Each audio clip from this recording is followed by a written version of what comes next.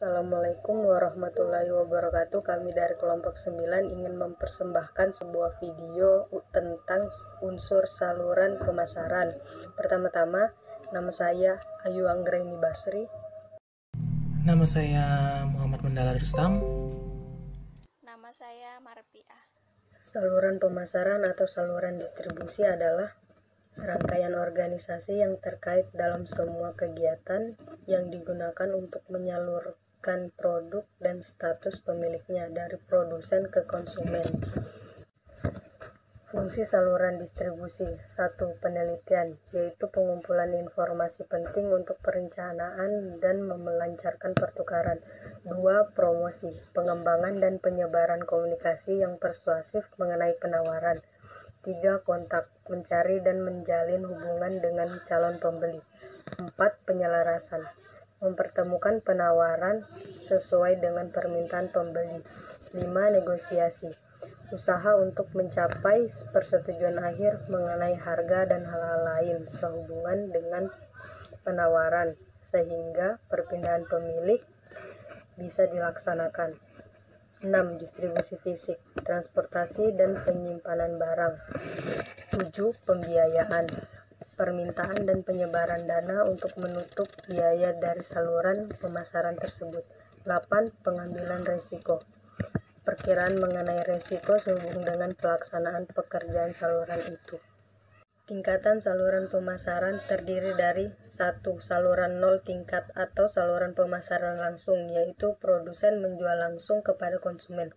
2. Saluran 1 tingkat, yaitu mempunyai satu perantara penjualan. 3. Saluran 2 tingkat, yaitu mempunyai 2 perantara penjualan. 4. Saluran 3 tingkat, yaitu mempunyai 3 perantara penjualan. Yang ketiga itu adalah faktor-faktor yang mempengaruhi pemilihan saluran distribusi. Pemilihan saluran ini mempunyai 6 faktor. Yang pertama adalah ciri konsumen. Kita harus mengetahui pola-pola pembelian, jumlah konsumen, penyebarannya seperti apa, dan metode penjualan yang ada. Yang kedua adalah ciri produk. Apakah produk kita itu cepat dan tidak rusak, produknya tidak distandarisasi, nilainya tinggi, tidak tahan lama, atau memerlukan jasa-jasa instalasi dan pelayanan tertentu untuk digunakan. Yang ketiga, sifat perantara. Kita yang pertama itu harus mengetahui kekuatan dan kelemahan masing-masing perantara yang akan kita pilih dan kemampuannya untuk melaksanakan fungsi-fungsi seperti promosi, negosiasi, penyimpanan, dan lain-lain. Setelah itu, kita harus melihat sifat pesaing perantara yang akan digunakan. Setelah itu, yang kelima itu sifat perusahaan. Bagaimana kekuatan finansial kita, ukuran perusahaan kita itu seperti apa, dan kemampuan dan kejujuran perusahaan yang kita lakukan itu seperti apa. Dan yang terakhir, sifat lingkungan. Bagaimana kondisi perekonomian untuk melakukan distribusi dan legalitas dan perlindungan hukum. Yang bab keempat itu intensitas distribusi atau banyaknya perantara. Itu terdiri dari 3. Yang pertama itu distribusi intensif, yaitu cara penyalurannya digunakan dengan menggunakan sebanyak mungkin toko-toko dan biasanya dilaksanakan oleh produsen yang menghasilkan barang-barang convenience. Yang kedua, distribusi selektif, yaitu cara penyaluran dengan menggunakan lebih dari satu outlet untuk suatu daerah penjualan dan lebih selektif. Biasanya berlaku untuk barang-barang yang menggunakan pelayanan khusus. Dan yang ketiga itu distribusi eksklusif, yaitu cara penyaluran dengan menggunakan satu outlet dalam jumlah tertentu agar perantara itu tidak saling bersaing. 5. Pengecer. Pengecer adalah usaha bisnis yang menjual barang-barang konsumen rumah tangga untuk digunakan secara non-bisnis. Istilah lain pengecer adalah dealer dan penyalur. Pengecer dapat diklasifikasikan sebagai berikut. Yang pertama, berdasarkan tingkat pelayanan, itu penjualan eceran swalayan, penjualan eceran dengan memilih sendiri, penjualan eceran dengan pelayanan terbatas, penjualan eceran dengan pelayanan penuh. Kedua, berdasarkan lain produk, toko khusus, toko swalayan, toko serba ada, toko barang kebutuhan sehari-hari, superstore, bisnis jasa. Ketiga, berdasarkan penekanan harga relatif.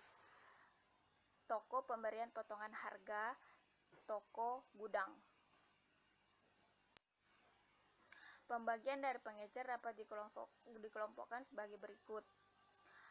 A. Berdasarkan tingkat pelayanan, B. Berdasarkan line produk, C. Berdasarkan ciri-ciri dasar pemikiran bisnis, D. Berdasarkan pengendalian toko-toko, E. Berdasarkan jenis gugus toko. Perdagangan besar adalah perdagangan suatu perusahaan yang pertama-tama usaha dalam bidang perdagangan besar.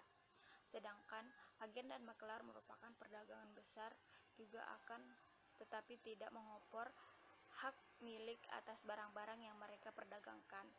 Grosir sama dengan perdagangan besar. A. Berdasarkan ciri tersebut, maka grosir dapat dikelompokkan ke dalam beberapa jenis, yaitu grosir perdagangan besar adalah bisnis mandiri yang menangani barang-barang dagangan mereka. Terdiri dari grosir dengan pelayanan penuh, yaitu menyediakan pelayanan jasa seperti biaya pengundangan, wiraniaga, pemberian kredit, penyerahan barang, dan pemberian bantuan manajemen. Grosir ini dibagi menjadi dua, yaitu pertama perdagangan grosir menjual kepada pengecer dan memberikan pelayanan penuh. Kedua, menyalurkan industri grosir perdagangan yang lebih menjual jasanya kepada pabrik ketimbang pengecer. Grosir dengan pelayanan jasa terbatas adalah grosir dengan pelayanan terbatas, lebih sedikit memberi pelayanan jasa kepada para pensuplai dan membeli mereka. Terdiri dari grosir yang dijual secara tunai, grosir dengan truk, grosir perantara, pemborong rak, koperasi produsen, grosir yang melayani lewat pos. Makelar dan agen. Perbedaan makelar dan agen dengan grosir perdagangan yaitu makelar dan agen tidak memiliki barang dan mereka hanya menjalankan beberapa fungsi, yaitu memudahkan pembeli dan penjual. Fungsi utama makelar adalah sebagai penghubung antara penjual dan pembeli, membantu dalam negosiasi. Agen mewakili pembeli maupun penjual dengan dasar yang lebih permanen. Macam-macam agen: agen produsen, agen penjualan, agen pembelian, pedagang komisi. C.